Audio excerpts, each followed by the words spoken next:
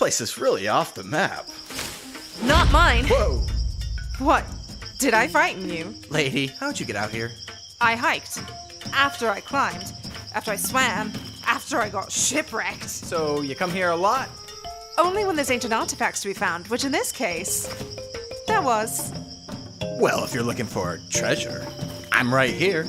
Plus, looting old crap is kind of my thing. Actually, it's my thing. But thanks for your interest. My interest? I'm watching out for yours. Any tune you can read, I can make better. I'm the Tomb Raider. Wow, that's a cool name. That's not my name. Ooh, I apologize. I just thought your parents hated you. Anything you can steal, I can steal better. All of your treasures are safer with me. I can take care of myself. Think this'll look good on my shelf. Try looking from my point of view. Anything you can do, certainly I can do too. Missing something? Any map you can read, I can read better. Reading the room is not one of your strengths. No, it's not. Get your own. Can't we talk? Buy a phone. Mara, Nathan. have some Faith in me and my cartography skills.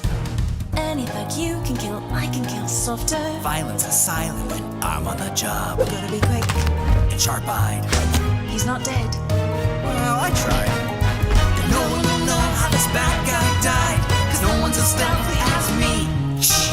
I can survive in just any condition. Dispose of a stiff with no morgue or mortician. All of your loot combined. Hailstone, what I can find, you're just a knockoff of me. Any shorts you can wear, I can wear shorter. My shorts are shorter than your ugly pants. Short as these. Honey, please. I can wear any pair in a squeeze. What was that? A snake. Ripping its pants? Any punch you can take, I can take harder. I'll get anywhere harder than you.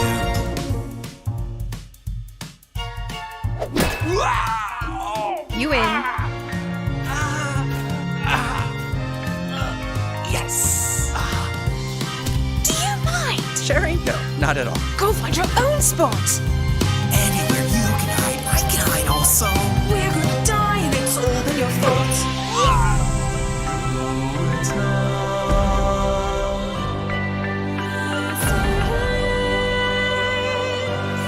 Move your boat.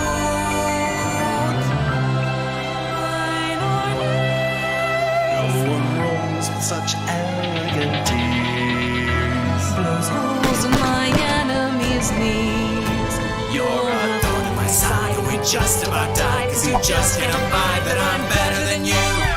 Anywhere you can I climb. can climb higher. I can climb any place. Higher than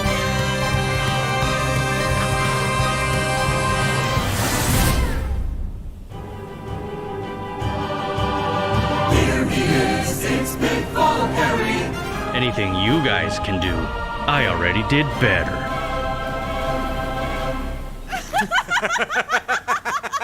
Yeah, right.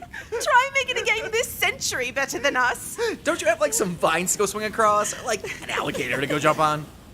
You know what? That's fair. I actually do. Ready for attention! Me too, Captain. Me too. Hello, everybody.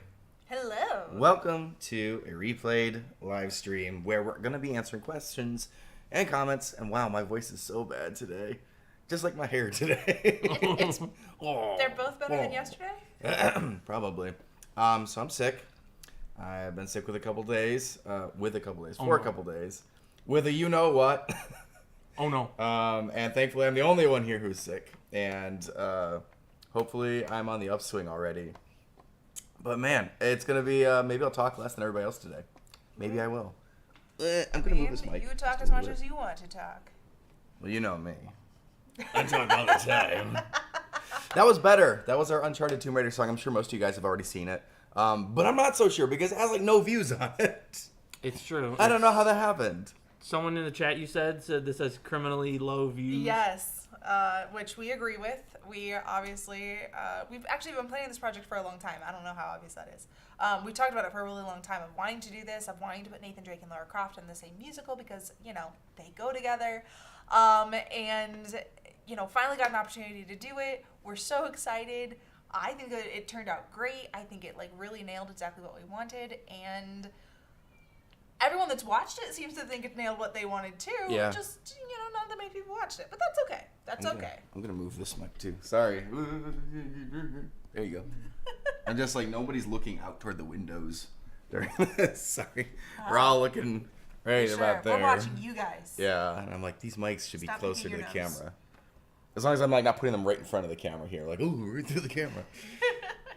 Yeah, this project we've talked about doing for years, literally years, and we didn't know how to do it. There was always that question of like, are we gonna really put them on green screen and like green screen them all in the jungle and ancient temples and stuff? And that just sounded like it was gonna be way too much work, especially how active they might end up being.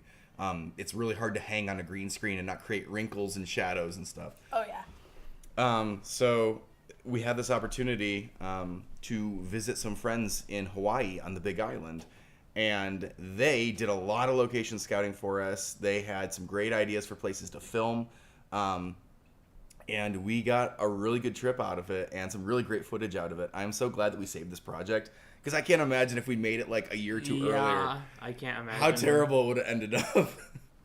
We really lucked out, and we're still really grateful to them. In fact, I know I put in either the pinned comments or the description someplace of the musical, you can actually go and reserve the property that we filmed a lot of this musical on, so you could go have your own little Lara Croft Nathan Drake adventure there and see some of the places that we actually filmed. But I know it's in hot demand, so probably it's already booked up for like the summer and stuff. I like you said, see some of the places we filmed, not fall in some of the places we actually fell. Well, you can do that too. You know what? It's all valid. So yeah, we pulled 10 comments plus an 11th, a bonus comment, that we're going to go through today. But we're also going to answer some questions and comments from you guys in the chat. So feel free to do that. Make your question, all caps, question, then whatever you want to know. I'm saying make sure it's generally related to this musical. We're not going to really be answering Right. Are you going to side make questions. security briefs? Yeah, we're not going to musical? answer questions about other things generally. That's, you know, if you want to ask those questions, that's better for our Friday live stream. Sure. Do we have mods in the chat right now, or is it just us today? We have Neff. I saw Malcolm earlier.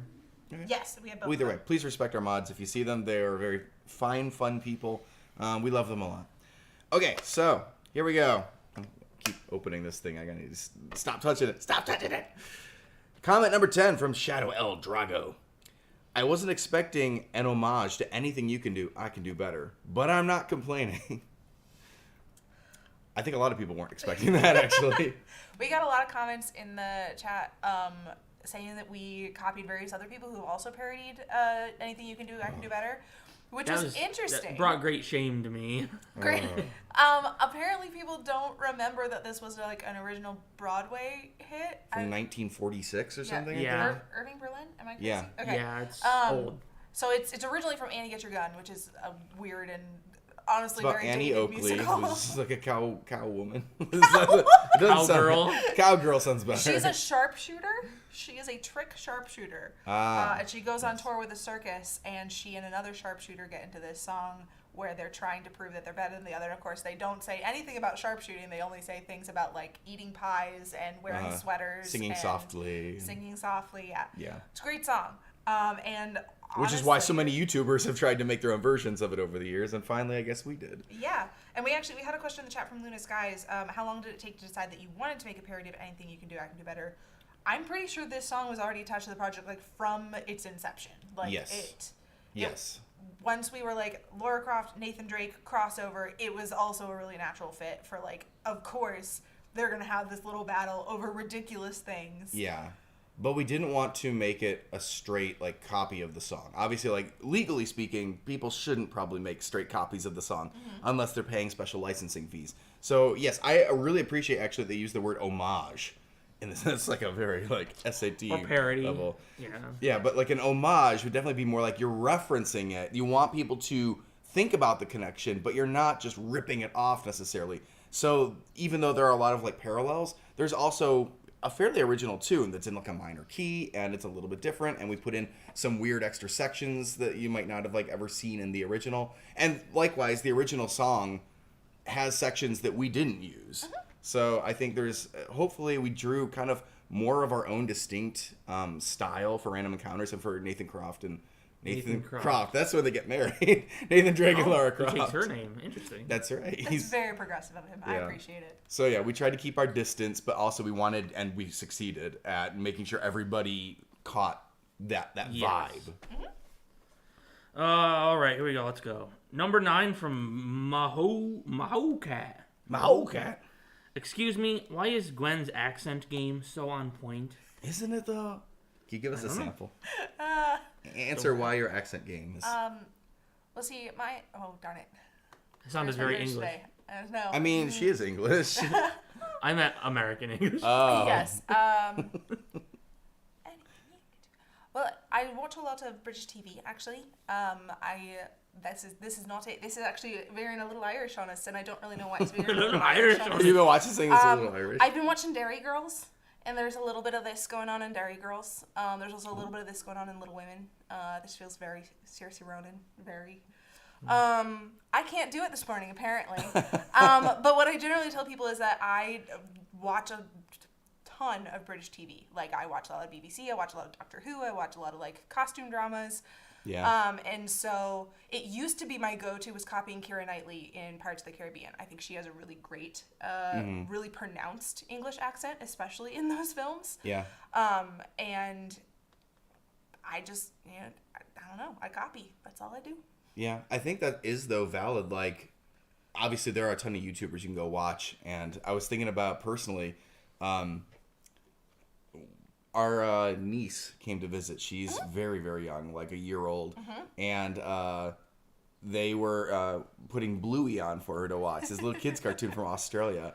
And it's amazing how, like, within a week, I went from not really being able to figure out what an Australian accent sounded like at all, it was just basically English, to being like, Australian accents speak like this. It's like it had a really specific Australian kind of thing. And I was like, wow, how did I like not know that? But just sitting there with Bluey playing a little bit was like, now I can hear the difference of Australian accent and like an English accent. It was really funny. I know Xander also used to talk about how, speaking of copying, he would go into like, he would be like in a bar or something and he'd hear somebody from another country who was in there with an accent. And he would literally ask the person, could I buy you a drink and just sit and talk to you for a few minutes? I'm an actor and I'd like to study your accent a little bit. And it's there's nothing wrong with it. That's how you learn, is by interacting and listening to people's voices who are using accents. So watching TV, totally valid.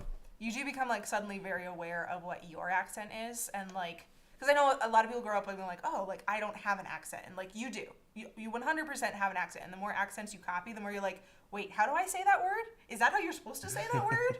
What's going on? Like, it's great. Thank you, Mahukat.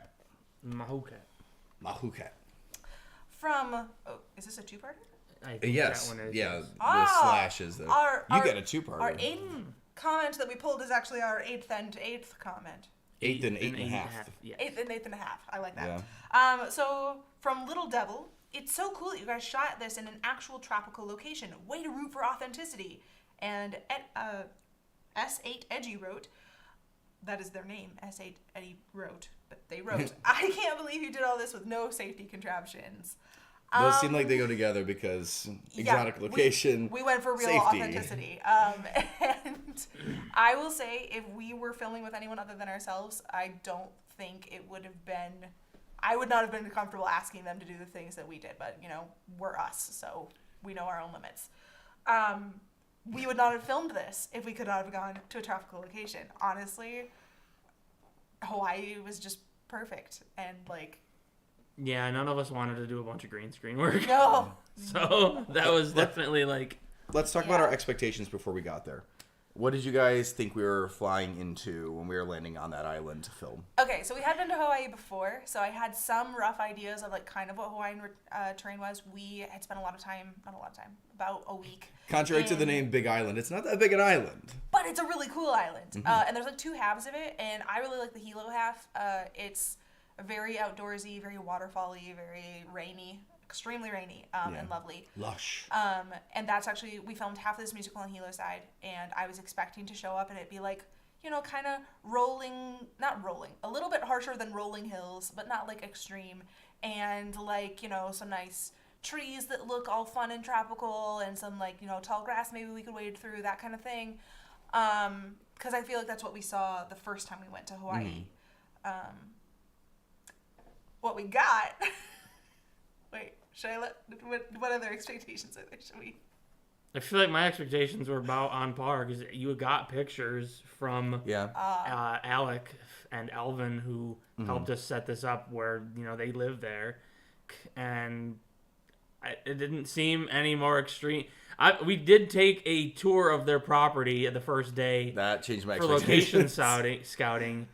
That was a lot more into the deep than I think we expected. Rigorous. But we didn't end up filming in those locations. It was more of a tour, and then the areas we filmed in... Let's walk that back. The areas that we filmed in were more like, this is what I expect. Yeah. So, You know, he says that, but the entire opening section, where Nathan Drake and Lara Croft meet, and they have that little back and forth, and he's like, I'm a treasure, which he is. That whole section was filmed in a place that I honestly didn't feel like I could walk more than maybe 6 steps in any direction without falling off a cliff. It was hazardous. So It was. I was not expecting that much of a like drop, and I'm sure I am very sure that Alec and Crystal were laughing at me because in a nice way. I know it's a nice way, Yes, but I'm a a ridiculous friendly way. human. cliff sounds aggressive. It was a cliff. It Don't was even. a hillside that you slide down onto more like mulch and trees. Okay. Cliff is where we shot Pitfall Harry stuff, where if you fall like 40 feet or more, 100 feet into the ocean. That's a cliff. Maybe you're right. That is like definitely more definitively a cliff. Like, and there were sections of the opening section where you could walk and slide, but I know there was at least 2 places that I would have just straight dropped about 12 feet. There were definitely some spots where you'd have a drop. You might twist an ankle or break a leg if you landed wrong. And probably hit a lot of stuff along the way, which might stop you if you hang on for dear life. You're like, I don't want to die. I fully believe it would keep me from dying, but I also believe it would hurt so bad. Yeah, you'd be really dirty. You'd probably be bleeding everywhere, and it would be like, I don't want to do this anymore. I want to go home. Yeah, so expectations definitely changed. I think once when we arrived and they took us on the tour, and we went, whoa, I didn't realize it was this serious. Like, this is like slippery. This is like, I have to hang on to things to climb down this hill, because I can't just like walk down like, you'd be like, zoop, and it'd be a water slide down on your butt the rest of the way. And it became a water slide on your butt for a couple shots, I think. I think you can see a couple of them in the bloopers. Yeah. Again, not too big, but it's just the footing was too hard to do without grabbing roots and things like that. I mean, the people that get our reports saw the best slip. Oh my gosh. AJ slipped into like a lot of mud. It wasn't even like a downward thing. It really was just like, it was so muddy and there was nowhere to stand. There wasn't a big hill. Yeah. It was just like, couldn't, something gave out from underneath me on like I don't know. Either way, so expectations changed a lot, and we still tried to find the like gentlest spots. So for example, the scene with the shorts, that's a nice little clearing like right by their driveway. There was nothing too exotic about something like that. So we were able to get our expectations back the other way again. The scene with the map was literally done in like a park. It was done in like a little trail next to a park. Oh my goodness. Like 4-minute drive from our hotel that we were staying at. Yeah, it was really pretty. We could have walked to that. I forgot how many different locations we used and how good they all were. You watch it again and you're like, man, you wouldn't realize how like conveniently accessible most of this was. So safety. Let's talk about the safety contraptions. Yeah, let's talk about the safety contraptions. Yeah. This is a definite kids don't try this at home musical. Just pretty much 100% across the board. I've said it before. This is the project where we got the most injuries of any project I've been involved in on Random Encounters. And still, nothing bad. Like, I'm like so grateful that nothing bad happened. But we did a couple fight scenes. We did a couple cliff-hanging scenes. None of them technically had safety contraptions. I will say, the cliff-hanging scene was movie magic, because AJ and I never had our feet off of a very steady, firm rock. Except for that one time your foot slipped. I'm like, I remember a moment where I was like, whoa! And I like fell and like grabbed a rock. I was like, oh, I'm glad there was a rock there. I probably would have fallen in the ocean. It was weird to realize, like, it's the difference of 6 inches of whether I've got a rock I can grab or whether I don't. And I just, it's weird to be like 6 inches is the difference sometimes. We did choose a place where cliff diving was allowed, and we watched at least one person do it while we were there. So I don't think that it still would have been a tragedy if we fell, which is another thing. Like, I'd be more concerned about the rocks, actually, I think. Landing on the rocks is what would have been bad, because it's like, especially if you go over backwards or something. Yes, it's a cliff jumping area. That implies that you're running and over. jumping. Yeah. Like, falling is like, I might clip something on the way down because I'm not getting enough clearance. And those lava rocks, those are all lava rocks, and they tore up our hands, okay? Oh, Gwen and I were both bleeding just from, like, holding them like this and pretending to be, like, hanging on. Man, I never wanted sleeves so bad in my life. Yeah, so those are fairly sharp, and I'm just like, they probably would have hurt a lot if you accidentally tripped or slipped and fell and ran your head against, like, the edge of one on the way down. You'd probably be in a hospital. So I feel very much like I really want to be assuring you guys that we were, like, safe 100% of the time, and the more I talk, the more I'm like, no, we really weren't. Unprofessional. It's my doctor, I'm sorry. It is. Unprofessional. Excuse me one moment. I'll be right back. A lot of mosquito bites. That is, I feel like, Yes. the biggest injury almost. I mean, it's the obviously, most widespread. you got hit in the face. I did get hit in the face, but it was a bruise. Like, it hurt for, like, a week. Yeah, there were just more mosquitoes than I was expecting. Because, like, the first day on our, like, location scout on their property, nothing bit me. There was, like, nothing at that place. But then, like, the park that we went to, the park there was the film, there was a lot. And the ruins, where we filmed, it was like a abandoned sugar mill. I think so. Yeah. Yeah, where like the guards were in the slow motion scene. There were a lot of mosquitoes there as well. I mean, you guys can tell. Like, you can see them all over my arms. People have commented on them. It looks like I got eaten alive. That's right. I did. And the worst part was we had bug spray on. We had bug spray reapplied probably 2 or 3 times that entire day. Yeah, you had to just keep. They find like the one spot on your body that you somehow missed, and then like go to town on that 1,000,000 times. I don't know what they do, but they were awful. Yeah, so I would highly advise that if you're going to go to Hawaii to film a musical, you should totally, because it's absolutely gorgeous and super great.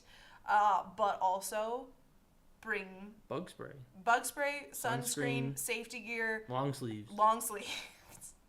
Yeah, I regretted not wearing pants. The first day on the location scout, I didn't wear pants. I wore shorts, and like my legs got so scraped up just by brush that we were going through. So every day afterwards, we literally bought boots that I wore. Yep. And yeah, it was wear the proper clothing. We should check out what the chat has to say. We should totally check out what the chat He'll has be to back say. shortly, I assume. He will. Just because Leaf Hopper asked how many injuries there were and what the worst injuries were. We said bug bites. There was a couple bruises from falling. I know AJ and I had bruises on our legs.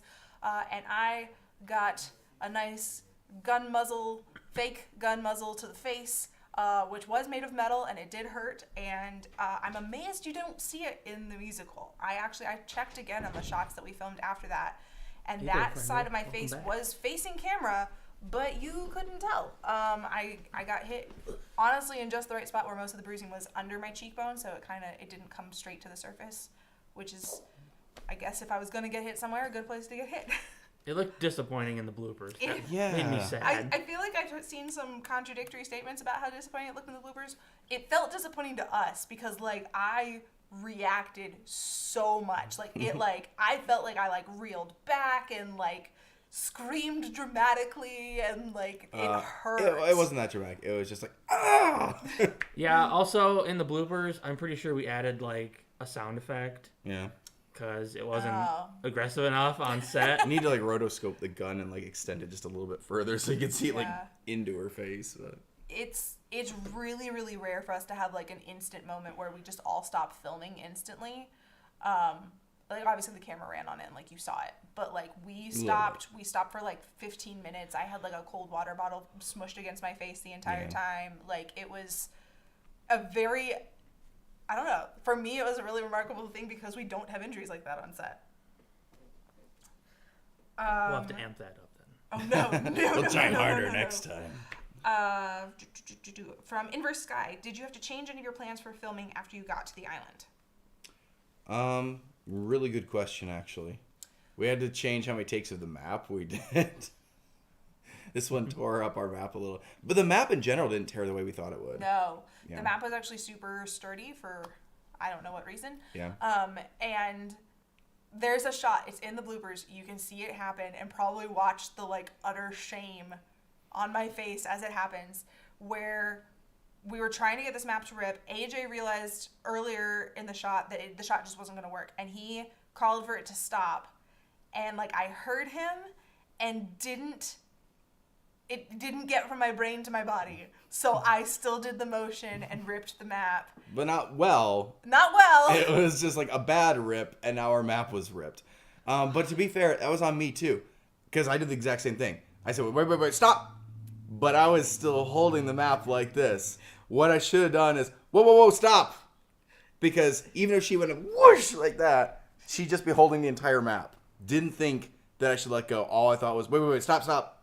And then I was still holding the other side to rip it. So we also changed. I was thinking about, we came up with kind of a loose plan of where we'd film the ending because we didn't know it was available. I was going to say, yeah. Okay, so Nate's going to talk about that. We also, I think, weren't sure where we were going to do the thug stuff because we didn't know how many, like bad guy areas and temples we had. So we kind of changed some of which shots we were going to film like that. Yeah, I was going to say, we also didn't know what weapons we were exactly going to have. Because obviously, the pistol scene with Lara Croft in the slow motion was filmed on a green screen because we didn't want to bring any fake weapons through an airport. Yeah.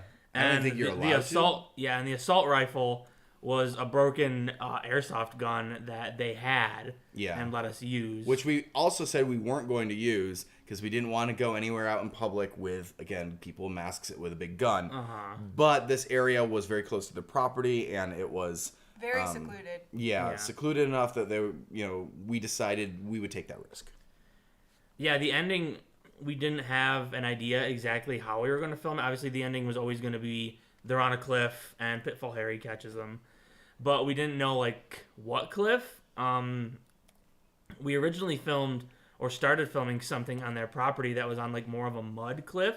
And I was actually thinking about that earlier today, being like, that was really not going to work. No. Like, we barely got, like, good reverse shots as it was on the cliffside that we had. Like, there would have been no way to hide the fact that there's just, like, trees standing behind them on that one. Yeah. But that, like, it started falling apart when they were trying to climb it, and it started pouring on us, which it does in Hilo. Hilo's really rainy. So we kind of spent, like, the next day just looking at various spots. We looked at a lava tube, I think, kind of off the highway, but there was no good spot to really safely stand, I think, or convincingly sell it. And then Very cool lava tube, though. I don't think we checked out anything else before they suggested the end of the world to us. Yeah, they suggested the end of the world, and like literally, there were a couple of people throwing out suggestions, and one person said that, and then the other person looked at her and was like, "There's no way they want to do that. That's very high," because I had already been a scaredy cat in various ways, and it was funny watching them just be like, "Oh no, we can't suggest that," but it ended up being the only thing that worked. So you do what you gotta do. I will straight up say though, these two were amazing because I was scared out of my mind the entire time, and I was not behaving like a very rational human being. You're a fairly brave person too. I feel like I'm a scaredy cat, but I can unlock some of that as soon as there's a film set thing going on because I get so excited about being theatrical and like performing. Yeah. So I will put aside weird things I would never do because there's a camera rolling and be like, all right, sign me up for this. I was thinking about it, and I think what did me in was the fact that we didn't have an exact spot that we were just heading straight to filming and leaving. It was like we were wandering down this like really meandering cliffside, looking at every single cliff going, is this one safe? Is this one safe? Is this one safe? And I think that like process of going through and trying to decide if I would fall off a cliff at every single cliff was like it was doing numbers. It was like, especially the number of cliffs that we went to. We're like, no, we'll probably fall off that cliff. Let's try this one. Definitely fall off that one. I think it helps that these two aren't good in the water. No. Yeah. Like me, I'm like, I don't like heights generally, but I'm like, if I fall, and as long as I don't like break my face on the way down, I'm like, I can swim. Like, I can probably make my way back to shore. And I told them straight up, I'm like, if one of you falls, I'll jump into the water. Like, yeah. They have had people that drown in that because like the current the waves can do suck crash. you in under like the rock ledges and stuff like that. There's some dastardly stuff that it does there. So yeah, most dangerous spot I think we've ever filmed probably, unless somebody points something out that I forgot about. Yeah.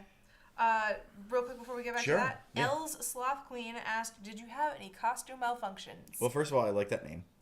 It's a great name. Second of all, costume malfunctions.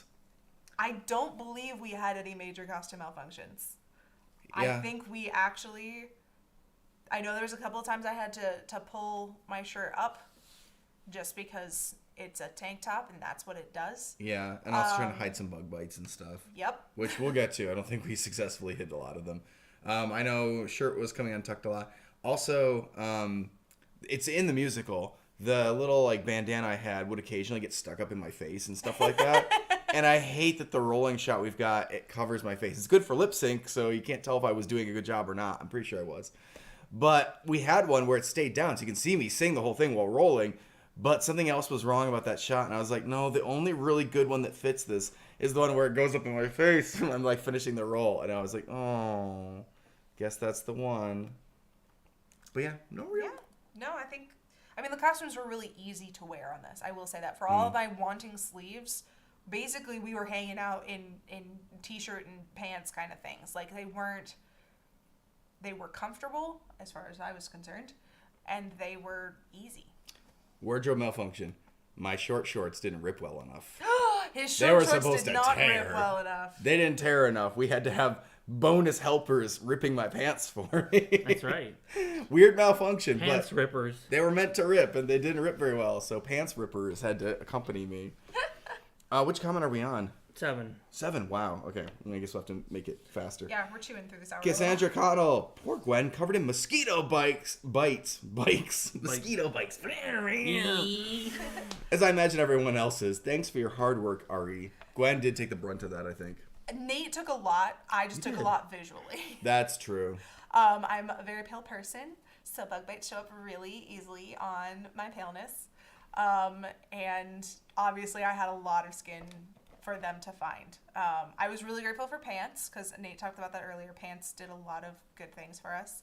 You've talked about this also, I think, on like comments and stuff with people explaining. Yeah, I fully understand at this point why like a character like Nathan Drake, literally, he has long sleeves. Like, they're rolled up to his elbows, but he can cover himself as much as he wants. He has that neck scarf. He has a hat. Lava rocks. Like, he has plenty of things to like literally protect himself in a jungle environment.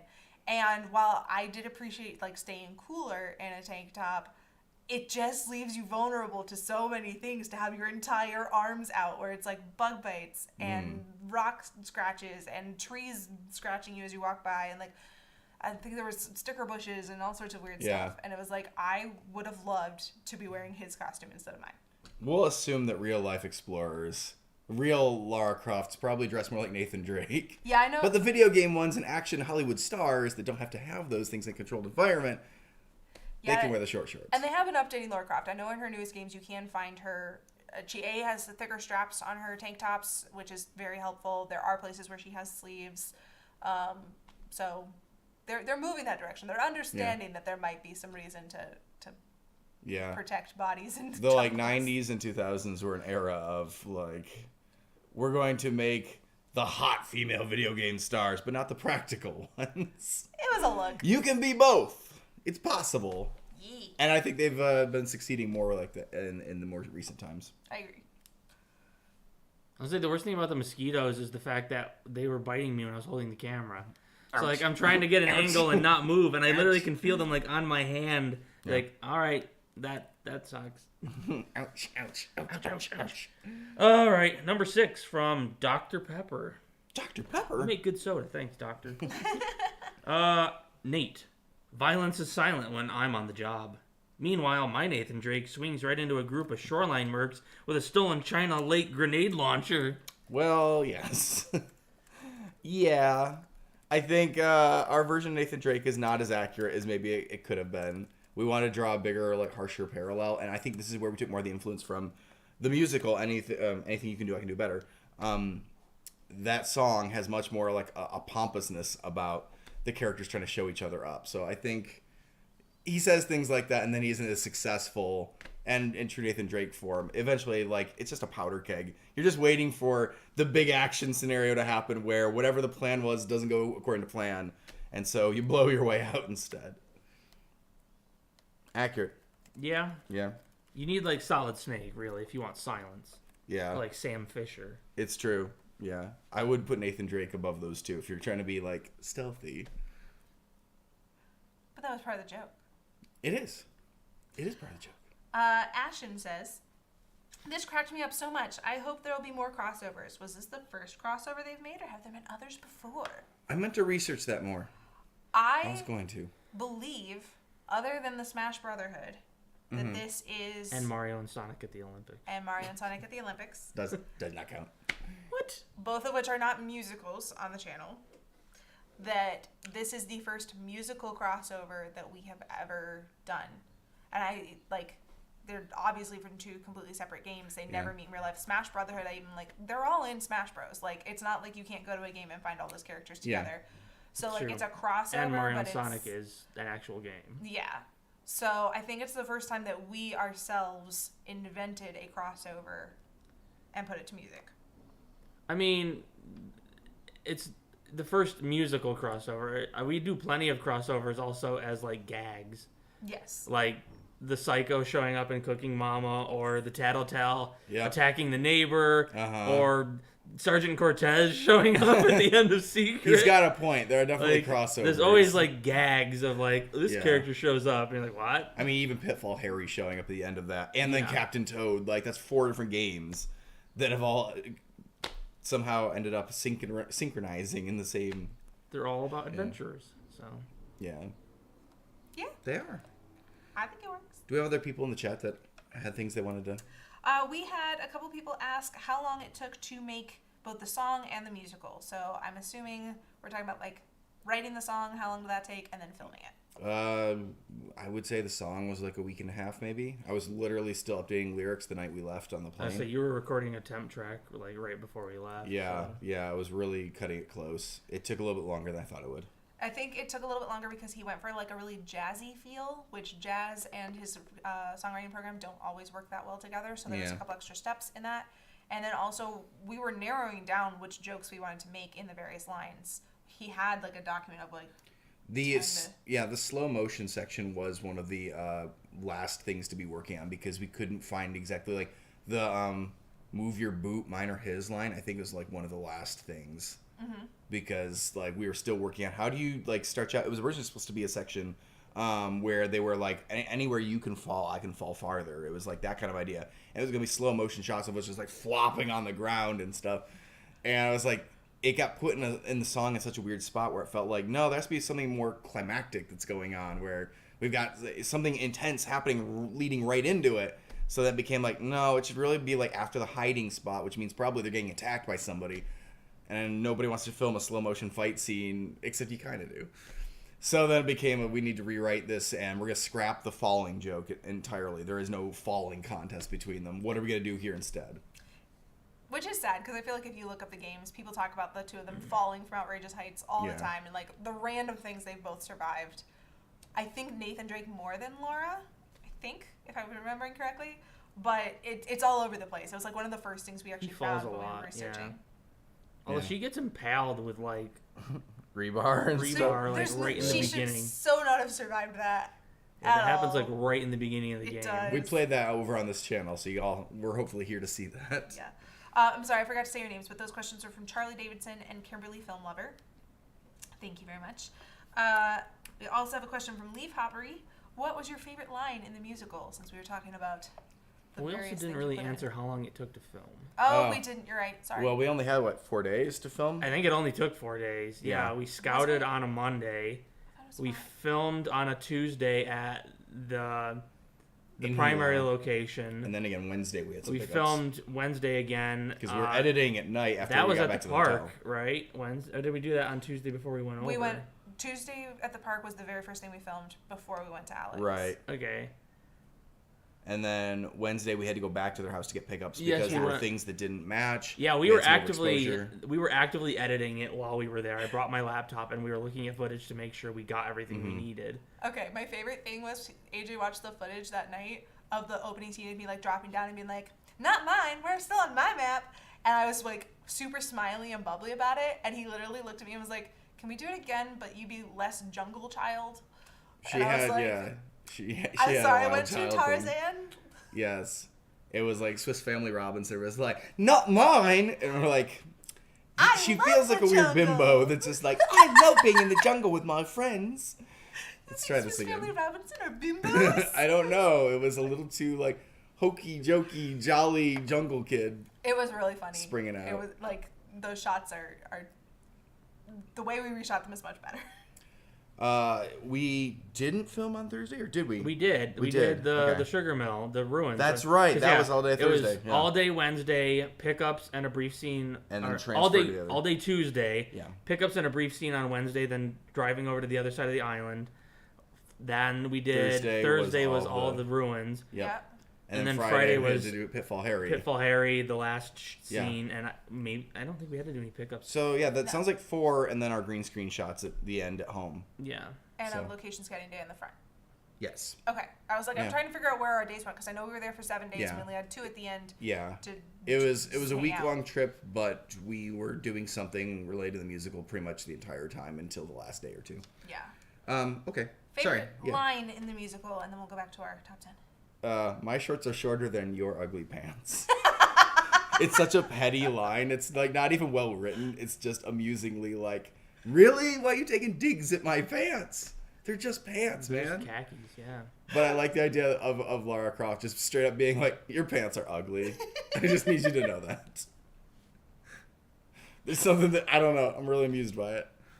It's pretty good. I really appreciate getting to say blows holes in my enemy's knees so dramatically. It's true. So dramatically. Yeah. Do you have a favorite line, Nate? I'm like going through the song in my head. I think the pants line is pretty good. Like, it does stand out as like rude. Yeah. I also like nobody knows how this bad guy died because no one's more stealthy than me. Shh. That was really good. Yeah, I always had fun doing that one with you. Yeah. I just like that idea of like be occupied and then get mad at the other person for being too loud.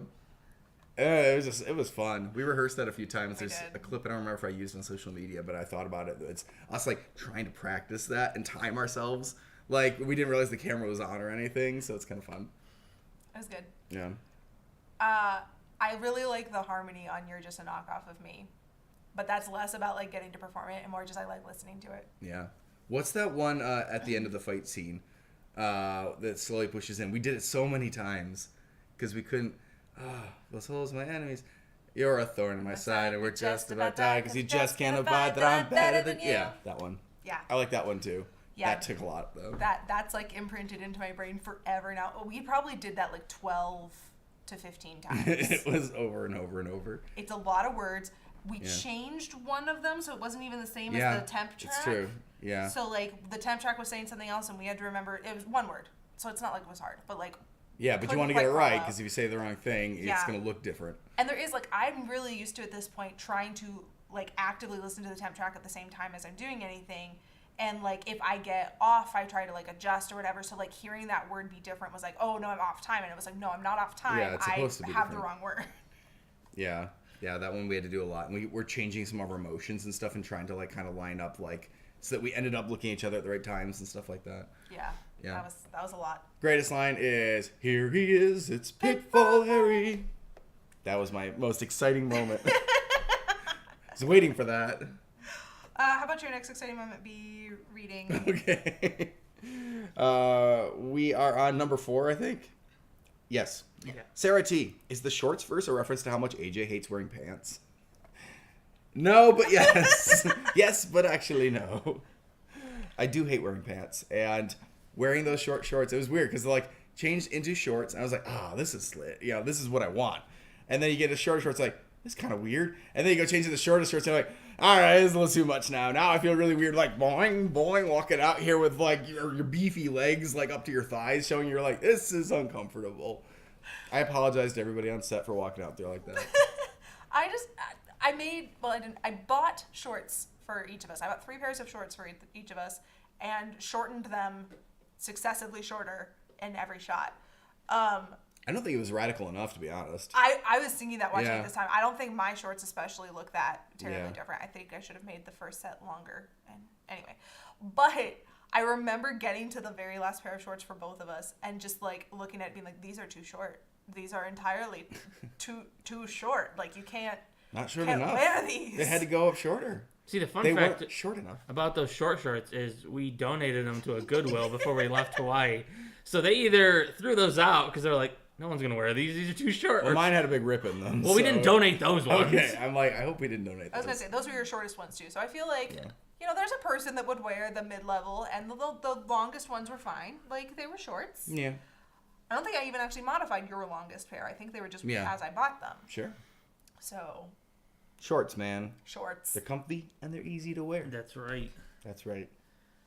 Number 3 from Star Glitter Glow. I like that name. Meanwhile, Link's off to the side, smashing every priceless pot in every temple ahead of them. Yeah. Oh, Link. Why you do this, man?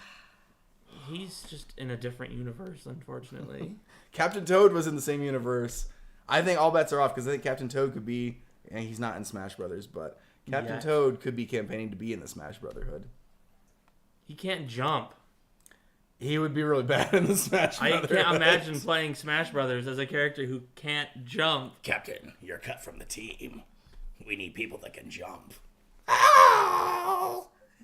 Poor guy. He could be assist trophy. Yeah, probably. From Layman Knight. Wow, who would have thought that Pitfall would get a second musical on this channel? Winky face. Just kidding. The official Pitfall the musical barely counts as it is. Oh! Rude! This went from like the chef's kiss comment to being like my soul. For anybody who didn't know, there is a legendary like 60-second Pitfall musical you can find on Random Encounters from like 2012, 2013. I don't remember. That was part of our show in Counting that used to do it was like a little variety show that we put up like once a week. And it would have like crazy things like character fight things where we'd talk about what they could do, or like fan art showcases and stuff. And some weird stuff too. And one of the weird things we started doing was rejected musicals. And it was musicals that were short and really poorly made about games nobody was aware of or thought shouldn't exist. So the first one was Nintendogs and Nintendcats. We made a song about that. And it was really bad. And then the second week that we did a rejected musical was Pitfall, because we knew nobody had ever heard of it. And it was literally that little song. Here he is, it's Pitfall Harry. And it was really, really... I think you can go Google that. You can find it. I'm pretty sure you can find it. Yeah. So my life's ambition was to legitimize the Pitfall musical and give him something actually like heroic and awesome and be like, here he is. He's really Pitfall Harry now. And like, he's actually canon in Random Encounters. And we joked about how no one but Neff and Joe would ever understand this reference. And then when the musical came out... Neff and Joe didn't even get it.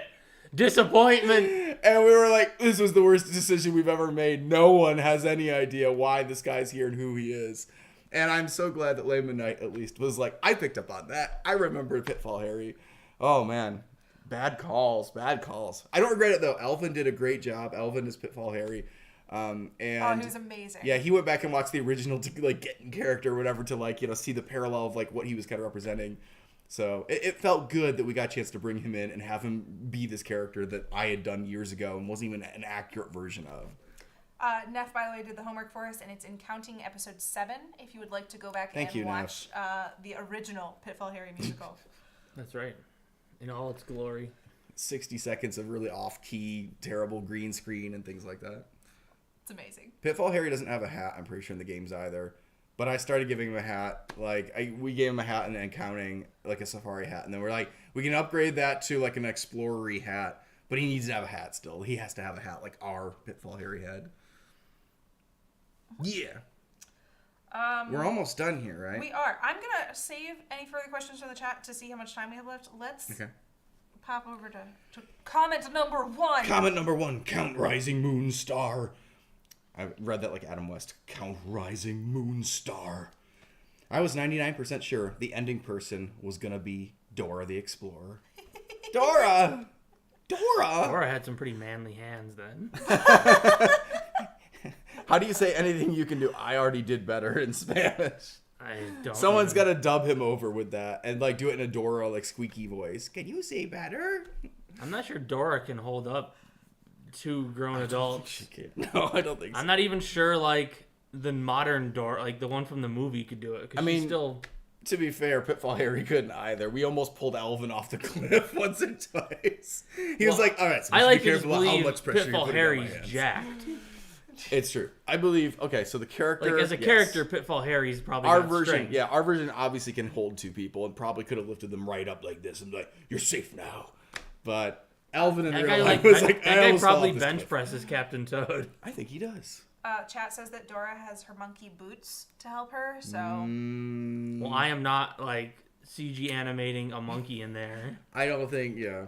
Dora would have been a fun addition as well. I think she'd be an honorary part of the team. Sure. She's not in a game, though. I mean, she's probably in a game, but... Probably. Is she not in, like, Nickelodeon's, like... All-Stars game? Dora beats the crud out of you with monkeys. Ninja Turtles and like SpongeBob and Dora the Explorer. I feel maybe she is. Okay, all I have to say from reading the chat right now is that all of you have watched way more Dora the Explorer than I have. The only Dora Explorer I have ever watched is the movie. And like that 30-second clip that used to play whenever we were watching Australian Survivor. Somebody recorded that. Yeah, that was weird. Yeah, Dora. I don't know. It would be fun to have included Dora. I think that adventure team could include Dora. Yeah, I'd invite her along. It sounds good. Yeah. Well, I don't think that adventure team should include Dora because of our bonus comment. Oh? Our bonus comment is from the Riddler. The Riddler! Say that like Adam West. The Riddler. The Riddler. I ship Captain Toad and Pitfall Harry. Well, see, Dora's a third wheel then. What?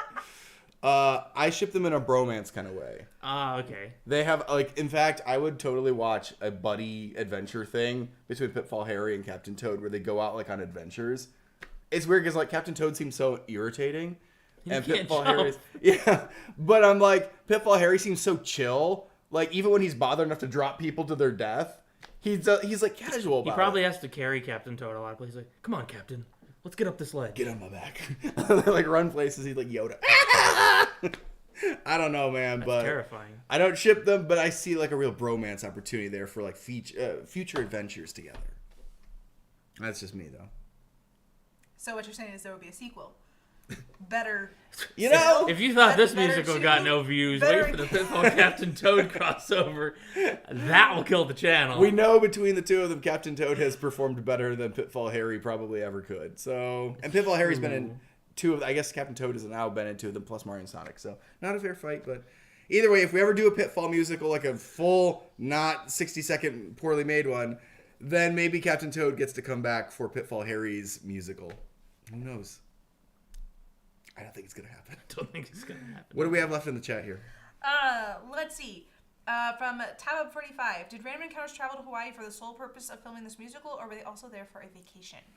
A little bit of both. Mostly for the musical, but we did.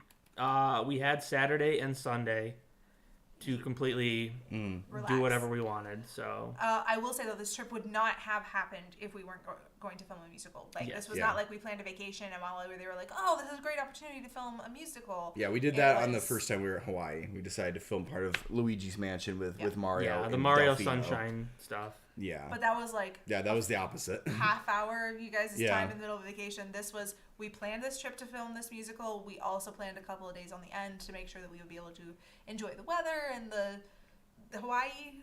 We got massages because we were so beaten up. Oh, we were like, at the end of this, it's all going to be worth it. Someone will come like realign your spine for you at the end. Yeah, but it was definitely mostly for filming, but we knew we could cheat a couple extra days to kind of enjoy that we'd been there instead of just getting on a plane and be like, all right, Y'all worked. Good job. Which get out. I'm grateful for, because we did literally come home and then have to like do some green screen shots and some voiceover and record the song and like all that stuff. Yeah. And having those 2 days, Lacey Durr actually asked did we do anything fun in Hawaii on those 2 days. The whole shoot was fun. The whole shoot was. It really was. It's like a work week. You're there for a work week, and then you should have a weekend where you're not doing your job anymore for a little bit. We were so exhausted. There was like things where we were like, oh, we could go see that. And instead what we did was we woke up every day and we went, where's good food?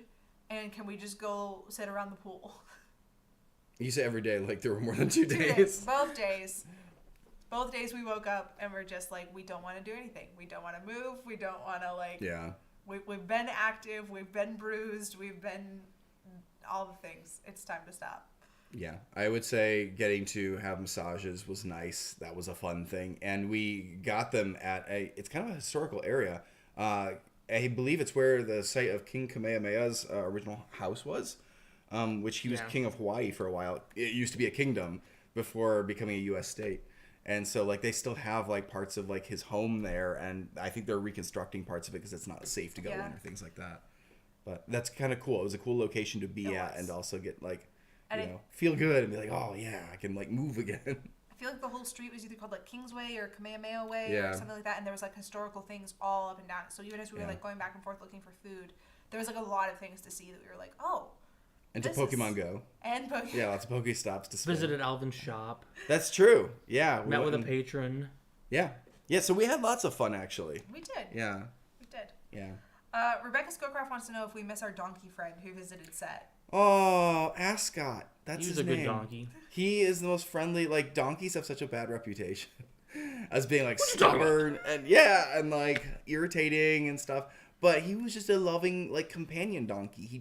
He followed us, like, everywhere, and he has, like, his own little raincoat. Like, he is a sweet animal. He would try to eat you every once in a while. So, visited set, I feel like, is an interesting term because, like, he lived with Alec and Crystal. He, like, went into their kitchen all the time. No big deal. And on our scouting trip, he literally followed us the entire time, like, going up and down mountains that I was like, not mountains, hills that I don't want to go up and down. And he was just like, I'm a donkey. This is where I go. Nothing was off limits for him. He could go pretty much anywhere he wanted, and I was shocked. But yeah, there's still a picture of me with him that I haven't shared anywhere, and I'm waiting to do it sometime where I'm like, shout out to my boy Ascot here. Monica wanted to know if we had ever planned to put him in the musical or if he just was in the bloopers for fun. I don't believe we ever planned a shot with the donkey.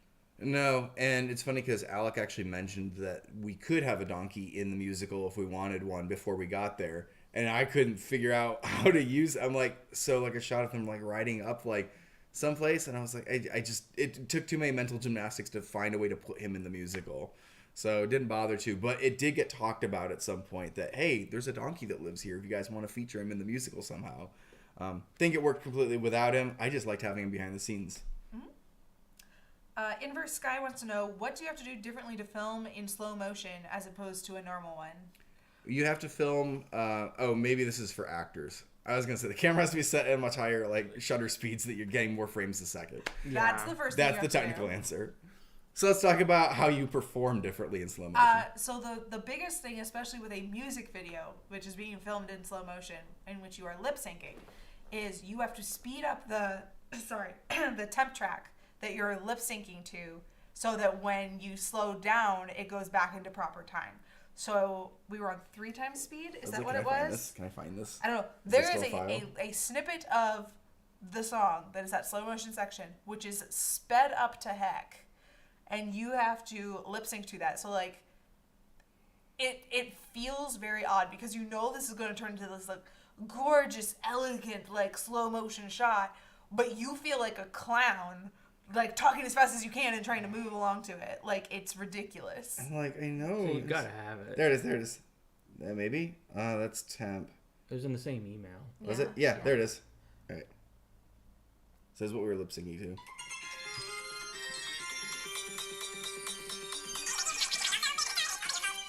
It's not. Yes, it is. Move your boot. No one goes to Selgonies. Thankfully, we didn't have to do that part. Yeah, that one's in real speed. Oh my gosh. Yeah.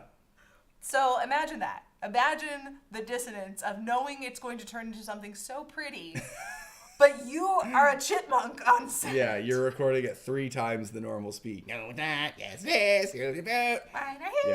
Another thing you want to do is you don't want to hold back, because the temptation again is to be like, you're moving so fast and stuff that you just do little controlled things, but you need the cloth to like shake on you. You need your hair to like get in your face. Like you want that slow motion like stuff happening so that it looks better when things are like in slow motion, just flying off you, like sweat dripping and stuff. You want that. And so you have to like commit to it, even though you're like doing it so fast. So exaggerating is actually still good instead of just like holding back and assuming it'll look good. Yeah, I feel like you guys should keep in mind that the end of Emergency Meeting was also filmed in slow motion. Mm-hmm. So the chipmunk thing was happening there too. Katie and Kevin, I mean, their lip sync wasn't a problem, yeah, because they had helmets on. It was motion that they had to make sure they were doing them as like quickly as possible in those, and it was funny. Yeah, it's one of the reasons we like Kevin. If you watch Emergency Meeting again, he's the tan one. And when he's like looking for like the gun or whatever, you can see him like he's hitting the shelf pretty hard. You can see the lamps and stuff like shaking. And it's because like if you just like grab things, it's not gonna look good in slow motion. But if you knock some things around and you can see them like moving, it gets more interesting. So both of them are like digging through, throwing stuff. It's like you gotta have big movement things. It's a good question. I think it's our last question. Hey, it's a good note to end on, to be honest. Yeah. Because I'm hungry. And I'm hungry. I can't leave the house. So, I'm going to go dig through our cupboards and see what looks tasty. No, we'll probably DoorDash something. Okay. That sounds good, too. I like that sound. Guys, thank you for joining us for a bit here today. And again, I'm glad that you guys have seen the musical. I really wish more people had. I think there was a comment we didn't pull that was like, I've seen everything you guys make a game about except for this one. And that just blew my mind because I'm like, there are 2 different video games that are making this one. Like, you had double the chances. So I'm shocked how apparently within the RE community, Uncharted and Tomb Raider are both almost like virtually unknown things when like they just released a movie for Uncharted. They made like 4 movies for like Tomb Raider. I don't understand how these are like just outside of the pocket of knowledge of everybody in RE circle, but in gaming at large, they're very popular. So I'm glad that you guys have seen it, and I hope more people do.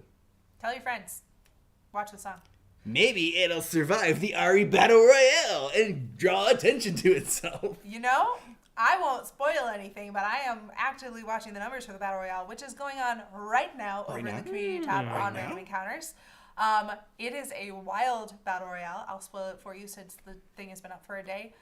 Usually we have brackets with like 12 to maybe 15 musicals in each of them that are competing against each other.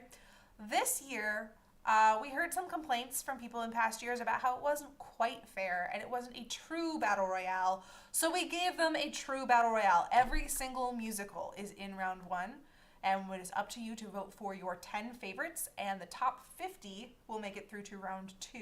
Oh. So that's like 100 of them get called. Goodbye, Captain Toad. In the first week, 100 Random Encounters musicals lose immediately. We've never killed that many of them off that quickly. It's true. So it is up to you to go to our community tab to vote for your favorites to make sure they make it through. I will say there are a lot of things that are very close, right around that 50 mark. I've been watching some things flip back and forth. Things that, you know, it could be 2 votes that would make it last through to round 2. Yeah, there's a lot of ties going on still. There I was are. shocked how many things are tied with each other. And I was like, whoa, if only people knew. So it's half the fun. They don't know. Nothing is Only safe. we know. We're the watchers, but we cannot interfere. We can't interfere. We have no champions this year. We have no votes back this year. It is as true a Battle Royale as possible. But we do have opinions and predictions, and we're going to share some of them on Sunday in a recap. We usually do these Battle Royale recaps once a week to basically update you guys who survived, who didn't, and what took us by surprise. So that's going to be your first way of finding out, I think, who is going to make it into the next phase and who is not. Yep. So that'll be up, I think, on Sunday. It will be. And that will also be in the community tab on Random Encounters, although it will also be technically posted on RE Extra. So if you still follow that account, you'll be the first to know. I miss RE Extra. Aww. I miss it. I think everybody else does too, but maybe I'm just making myself feel better saying that. I miss it. I do.